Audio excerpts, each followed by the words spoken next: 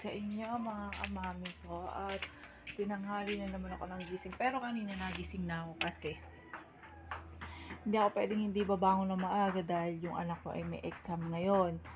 So maaga akong bumangon kanina, then pag alis kanina nung anak ko, naghiga uli ako, natulog uli ako dahil na napapagod ako. Pakiramdam ko hinang-hina ako sa sarili ko dahil kahapon, yung experience ko kahapon ng pagsakay ng bangka ay medyo hindi maganda.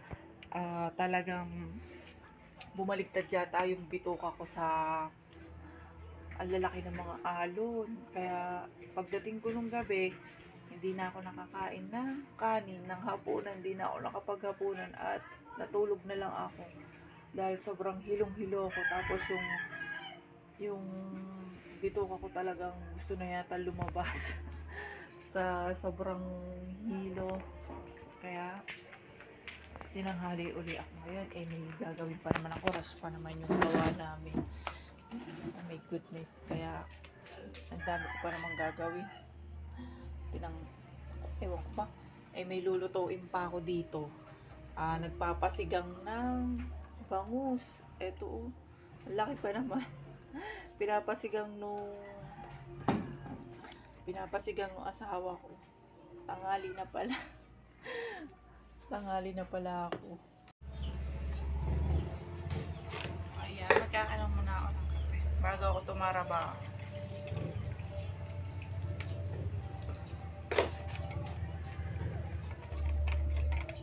Magkakape muna ako bago ako tumarabaho nitong aking mga gagawin.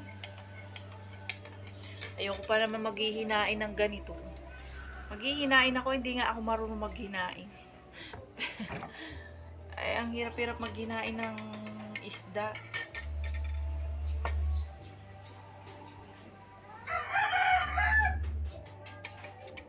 Kape muna tayo.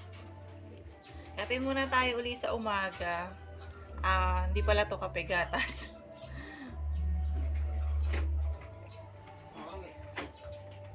Wala na pala tayong pang-uong. Bili ka ng Joy. Ayan.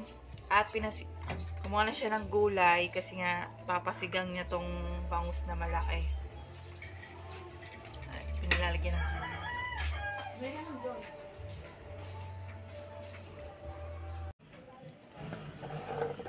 Hinain ko muna.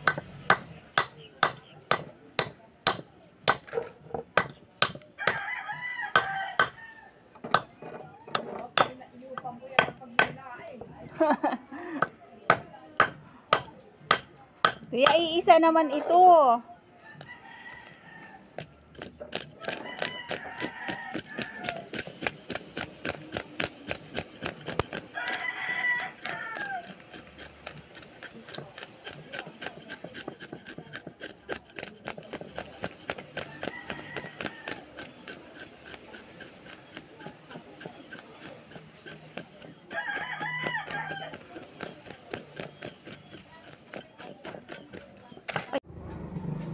Ayan, at nakatapos na nga ako maghinain ng isang pirasong bangus. Napakahirap maghinain, ano. Hindi naman ako sanay maghinain ng isda. Pinaghinain ako ng asawa ko ng ganito kalaking isda. Ayan, nagkaagutay-gutay pati. Ayan, simpleng gulay lang muna yung ilalagay ko dito sa sinigang na bangus kasi low budget nga.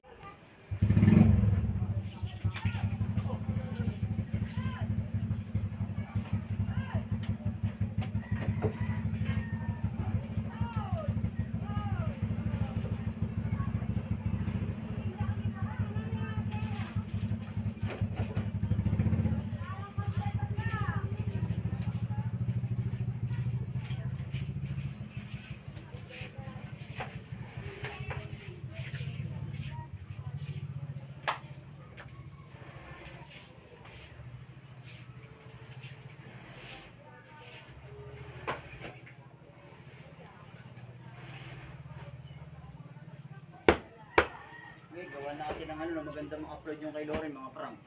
Yung Loren. Maka-viewers tayo marami.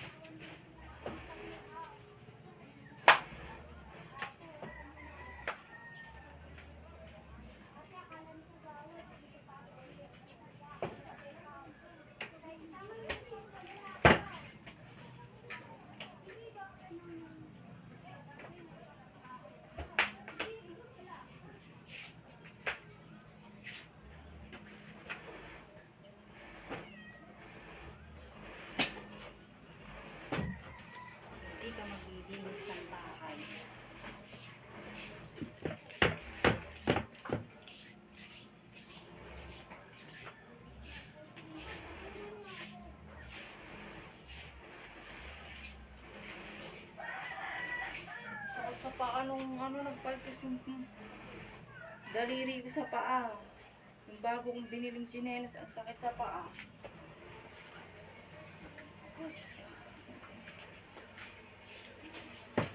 Pakainit. Umaga, ang tindi ng sikat ng araw. Nakakapangit.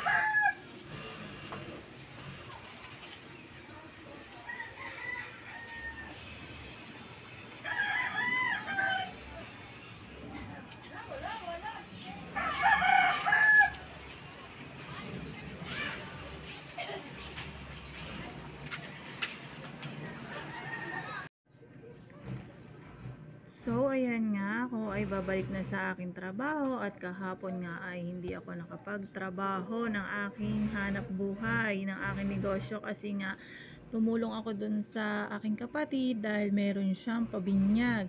Kaya ngayon, magbabalik ako sa trabaho ko ngayon dahil rush ang gawa namin at kailangan ko na naman mag-deliver na Martes. Lunes na ngayon, wala pa ako nagagawa.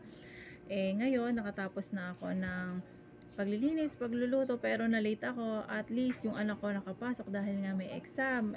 Hanggang bukas pa yung exam nila, kaya bawal siyang umabsent.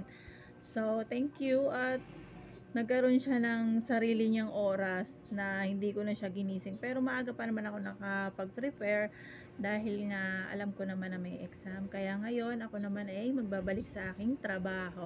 Kaya see you and God bless sa inyo, everyone.